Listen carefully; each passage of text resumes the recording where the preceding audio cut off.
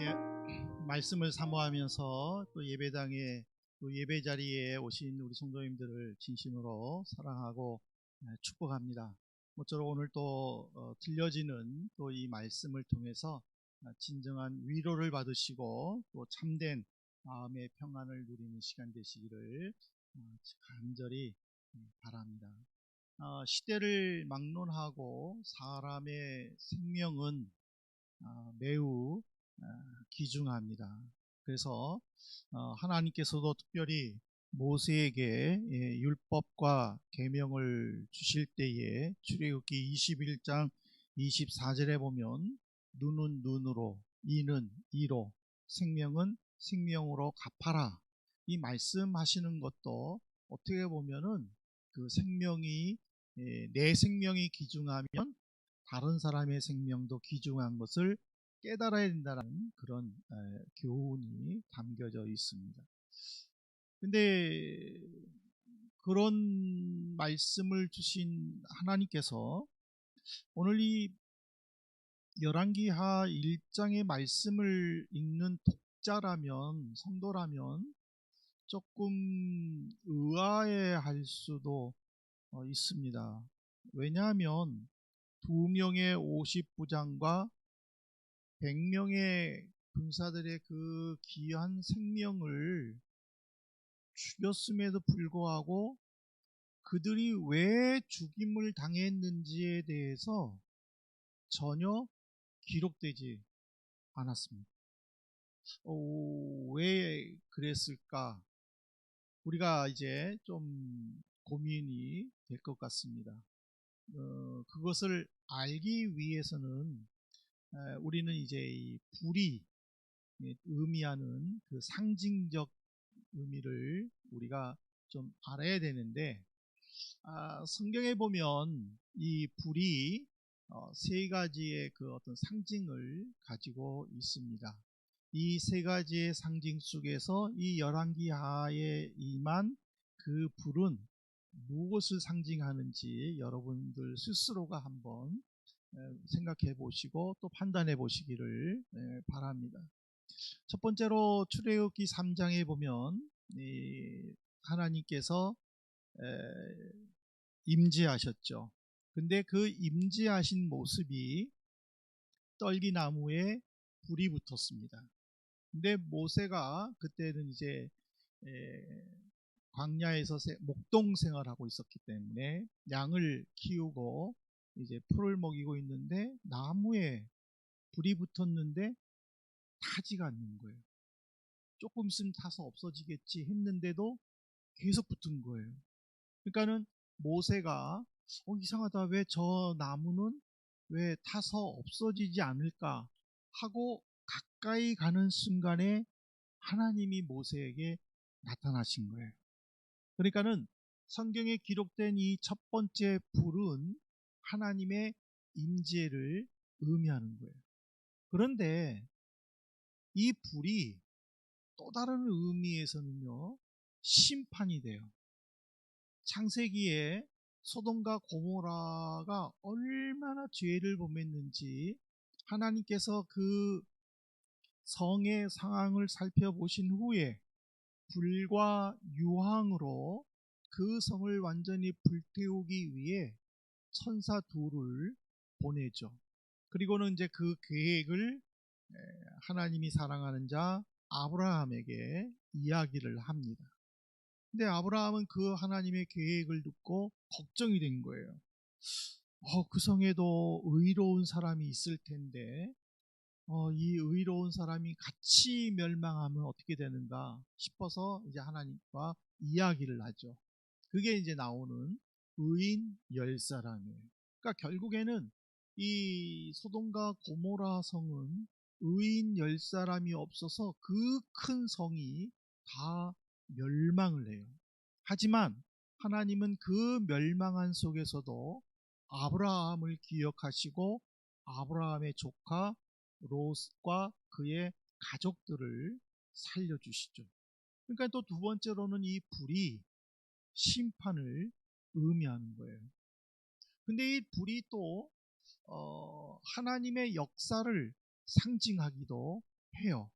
사도행전 2장 3절을 보면은 마치 불의 혀같이 갈라지는 것들이 그들에게 보여 각 사람 위에 하나씩 임하여 있더니.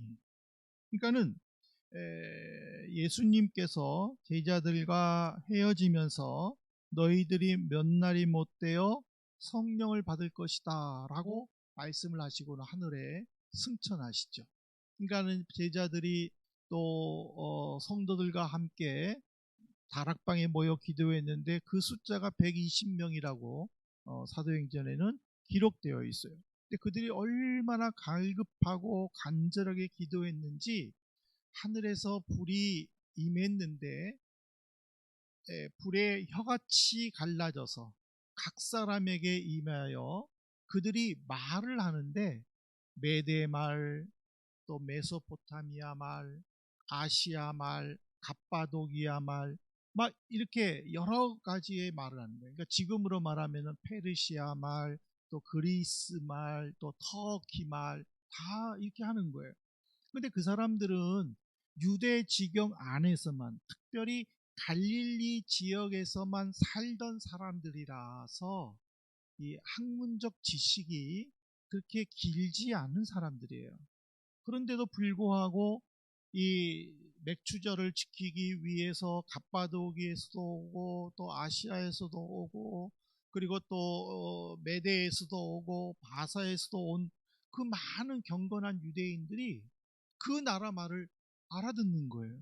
그러니까 그들이 매우 놀랐다라고 성경은 기록하고 있어요. 그러니까는 불은 하나님의 임재, 성령의 역사, 하나님의 심판 이렇게 상징적으로 우리에게 나타나는데 과연 열왕기 하 1장의 이 불은 어떤 의미가 담겨 있을까? 심판이라고 하기도 조금 애매하고 그렇다고 하나님의 임재라고 하기도 조금 애매하고 하나님의 역사는 더더욱 아닌 것 같기도 하고 조금 애매모호해요. 여러분들은 어떻게 생각하실지 모르겠어요. 근데 저는 이 말씀을 가지고 두 가지 방향으로 한번 하나님이 주시는 교훈을 받으려고 합니다. 이 열왕기하 1장은요 아합이 북쪽 이스라엘 7번째 왕이죠. 아합이 아람 군사와 싸우다가 이제 전쟁터에서 이제 전사를 합니다. 그리고 이제 그의 아들 아하시아가 이제 나라를 다스립니다. 근데 어느 날 그가 난간에서 뭐를 했는지는 모르지만 아무튼간 떨어졌어요. 근데 이제 우리는 아하시아한테 이 말을 물을 수가 없어요. 왜냐하면 우리는 이제 천국 가고 아시아는 지옥 가니까는 물을 수가 없어요. 네가 무슨 일을 하다 난간에서 떨어졌느냐 물을 수는 없어요. 그러니까는 그냥 우리는 어떻게 해다가 떨어졌다라고 생각을 해야 돼요. 만일 스테반 집사처럼 했다면은 천국 가가지고 물어볼 수는 있죠. 왜? 나도 천국 가고 스테반 집사님도 천국에 있으니까. 근데 아하시아는 지옥 갔으니까 물어볼 수가 없는 거예요. 근데 아무튼간 난간에 떨어졌는데 큰 병에 걸렸어요. 그래가지고 큰 병에 걸려가지고 이게 내가 죽을까 살을까 이제 겁이 나잖아요.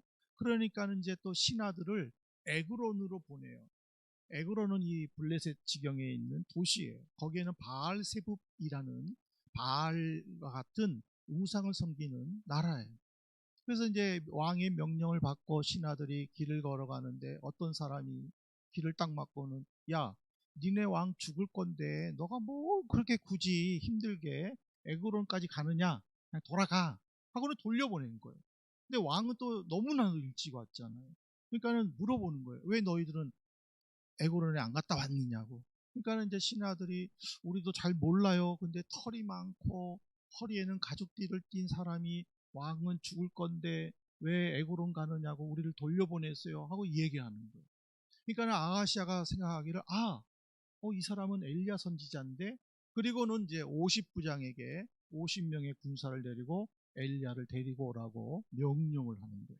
그러니까는 이제 50부장이 엘리야가 있는 곳을 찾아가 봤어요. 그랬더니 성경에는 이 산이 어느 산인지는 기록되어 있지 않는데 아무튼 높은 산에서 앉아 있었다라고 성경은 기록해요. 아마 이 앉아 있었다라는 것은 묵상을 하거나 또는 기도하는 어떤 전형적인 모습일 거예요. 그러니까는 엘리야는 기도하고 있을 수도 있다라는 생각을 할 수 있겠죠. 그때 이제 50부장이 엘리야에게 말합니다. 엘리야여, 선지자여, 왕이 지금 속히 내려오라고 하십니다 라고 이야기를 해요. 그러니까 엘리야가 그 말을 듣고 50부장에게 이런 말을 하죠. 내가 만일 하나님의 사람이라면 불이 와서 너희들을 불살라 버릴 것이다 하고 말을 마치는 순간에 50부장과 50명의 군사가 순식간에 불에 타 죽어요. 아무리 기다려도 오지 않으니까 아하시아는 포기하지 않고 또 두 번째로 보내요. 근데 두 번째도 역시 불에 타서 죽어요. 이쯤 되면 아하시아는 좀 포기할 줄 알아야 되는데 포기를 안 해요. 그래서 세 번째로 보내요. 근데 세 번째로 가는 이 50부장은 얼마나 두려움이 있겠어요. 왜냐하면 그 두 명의 50부장과 100명의 군사들이 돌아오지 않았다라는 것은 분명히 무슨 일은 있었을 것 같아. 그런데 또 자기도 지금 가기를 가고 있는 상황이에요. 이 세 번째 50부장은 너무나도 불안하고 걱정되고 마치 도살장으로 끌려가는 소처럼 그런 심정으로 지금 가는 거예요.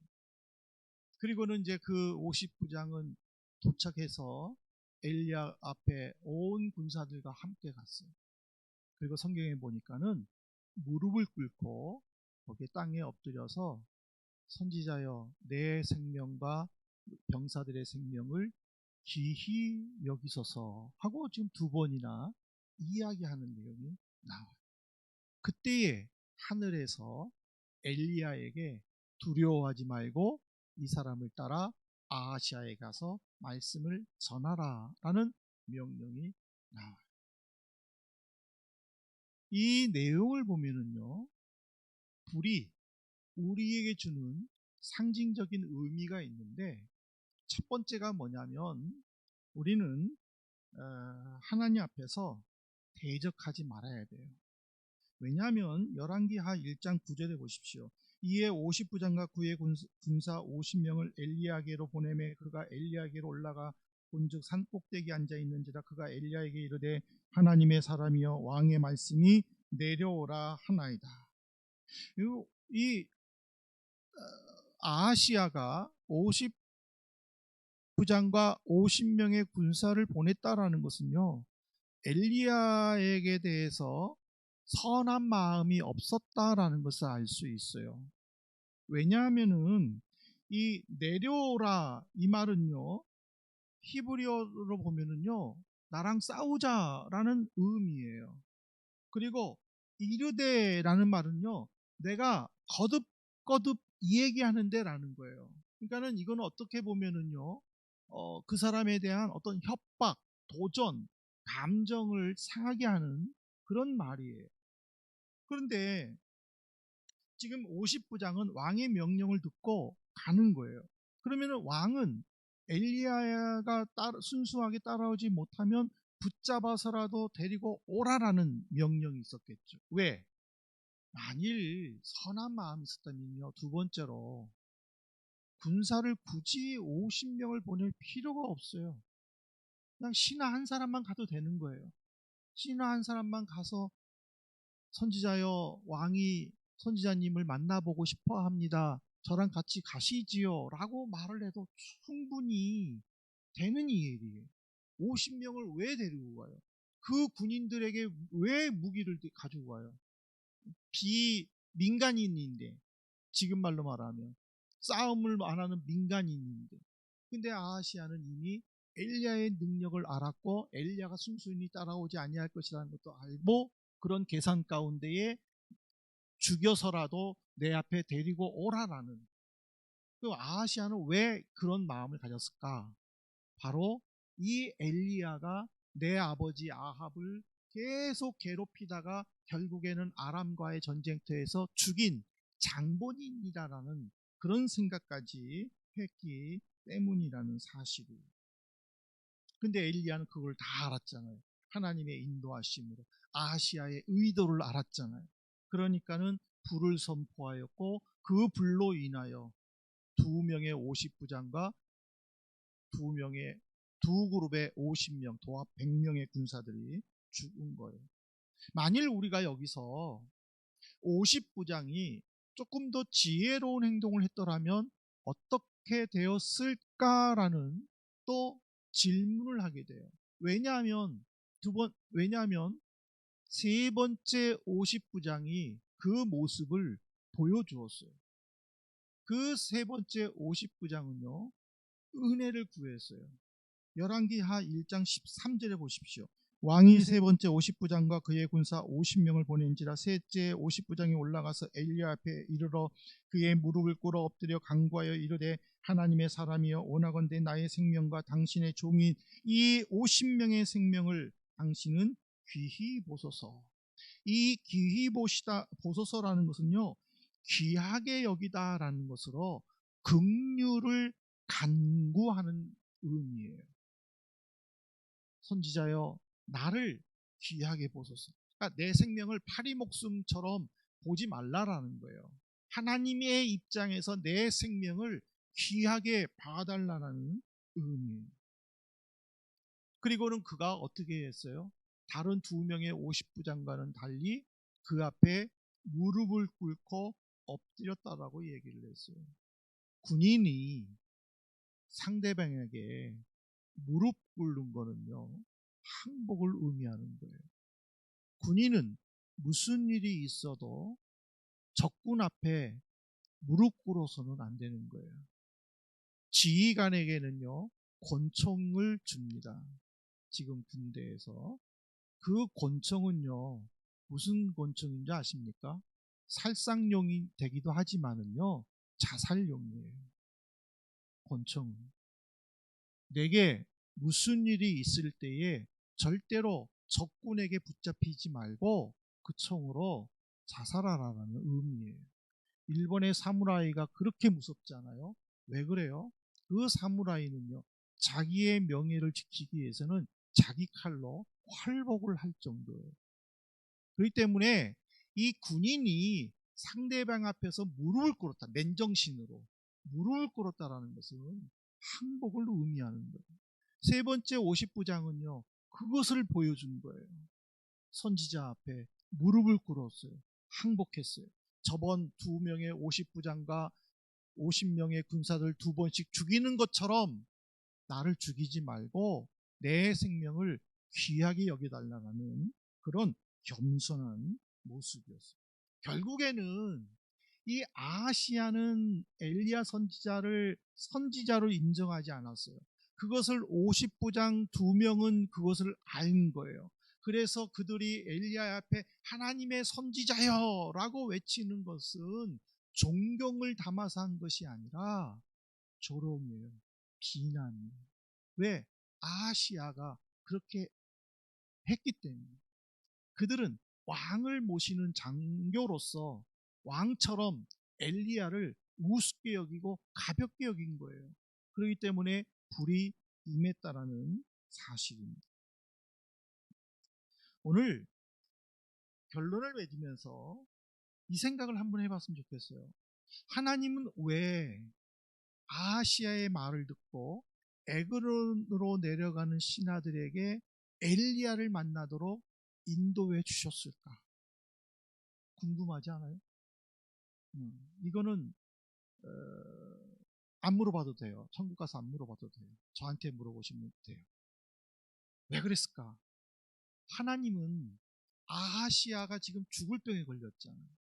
그 죽을 병에 걸린 그 사람을 엘리야를 만나겠다라는 것은 아하시아로 하여금 엘리야를 초대해가지고 하나님의 말씀을 듣도록 하기 위함이었다라는 거예요.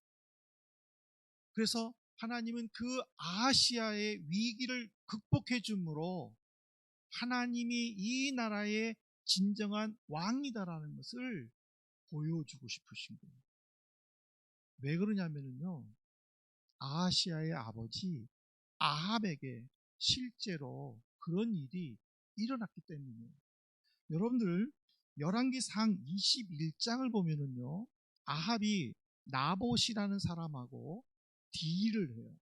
나봇은 이제 왕궁에서 볼 때에 아주 멋진 이 포도밭을 가지고 있었어요. 근데 아합은 그 포도밭을 갈아엎어서 자기의 채소밭으로 삼고 싶은 거예요. 근데 나봇은 이 조상 때부터 내려온 땅이라고 왕인데도 불구하고 이런 지하에 거절을 해버려요. 그러니까 나봇이 너무 자존심 상하고 기분이 나쁜 거예요. 그러니까 밥을 안 먹은 거예요. 그러니까 왕후가 아니 왕이 돼가지고 그까지 것도 해결 못하고 밥을 못 먹고 그러느냐 하면서 이세벨이 편지를 써줘요. 그리고는 그 동네 사람들에게 나봇을 거짓 고발해가지고 민족의 반역자로 공개 처형을 시키는 거예요. 그리고는 이제 이세벨이 나봇의 남편 아합에게 얘기하죠. 나봇이 죽었다. 그 땅은 아무것도 아니니까 당신이 가서 가져라. 그러니까 또 이제 또 아합은 또 룰루랄라 하고 가지러 가요. 근데 그때 엘리야를 만나잖아요. 엘리야가 아합에게 말하잖아요. 당신이 이번 일로 인해서 하나님의 저주가 임할 것이다. 그 말을 들었을 때에 아합은요, 열왕기상 21장 27절부터 29절에 보면은 그가 우리나라 성경에는 풀이 죽어 다녔다라고 되어 있어요. 회개하고 금식하면서 풀이 죽어 다녔다. 그랬는데 독일어 성경에는 의기소침하다라는 의미로 해석이 되어 있어요. 기운이 없어서 활기가 없을 정도로 완전히 그렇게 다녔다라고 되어 있어요. 하나님은 그 아합의 모습을 본 거예요. 막 당당하고 막 어떤 절대 권력자의 어떤 모습이 아니라 정말 풀이 좁고 그냥 매사에 조심하고 그런 모습을 보고 내가 지금 당장 아합을 저주하지 않겠다 하고 그것을 거두어 가셔요. 그것이 열왕기상 21장 29절에 나와요. 그러니까는 하나님은 또 엘리야는 아시아의 아버지 아합을 통해서 그런 역사들을 하셨고, 지금 아시아가 자기의 병 때문에 에그론으로 보내는 신들을 만남으로 인하여 아시아에게도 아합과 같은 그런 은혜를 베풀려고 지금 불을 내린 거예요. 근데 아시아는 그 하나님의 오묘한 섭리를 깨닫지 못하는 거예요. 그냥 아합은 엘리야는 내 아버지의 원수, 그리고 내 계획을 망치는 귀찮은 존재, 내가 그를 죽임으로 인하여 그가 아무리 강력한 영적 능력을 가졌어도 군사들에게는 아무 의미가 없다라는 것을 보여주고 싶은 마음, 그런 마음으로 가득 찼다라는 사실입니다.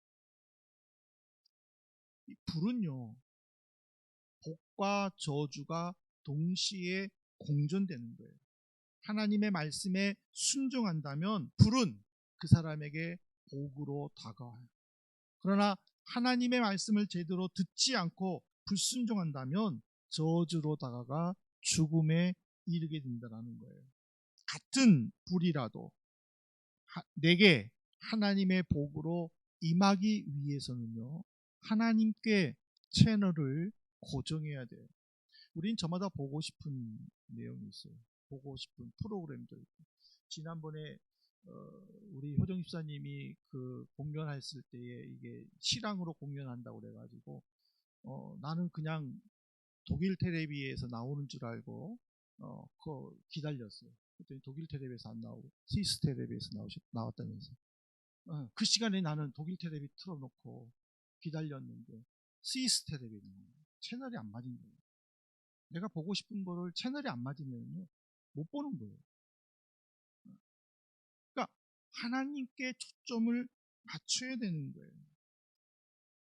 하나님께서 엘리야에게 말씀을 하시고 싶었을 때에 산 앞에 서라고 말씀하셨잖아요. 그 앞에 큰 지진이 일어났어요. 그 앞에 큰 바람이 일어났어요. 그 앞에 불이 나타났어요. 그런데 하나님은 말씀하시지 않으셨어요. 이 모든 것이 지나가고 난 다음에 세미한 음성으로 엘리야야 너는 왜 거기에 있느냐 말씀하셨어요. 무엇을 의미해요? 하나님은 엘리야에게 조용히 말씀하시고 싶었던 거예요.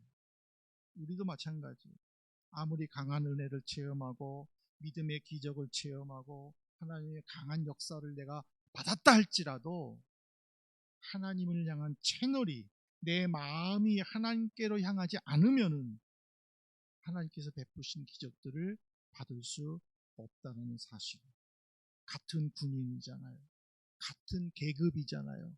같은 왕 밑에서 임명받은 군인이잖아요. 그런데 첫째와 둘째는 불에 타 죽었잖아요. 셋째는 살아남았잖아요. 왜 그랬을까요? 하나님이 우리에게 주시는 도전입니다.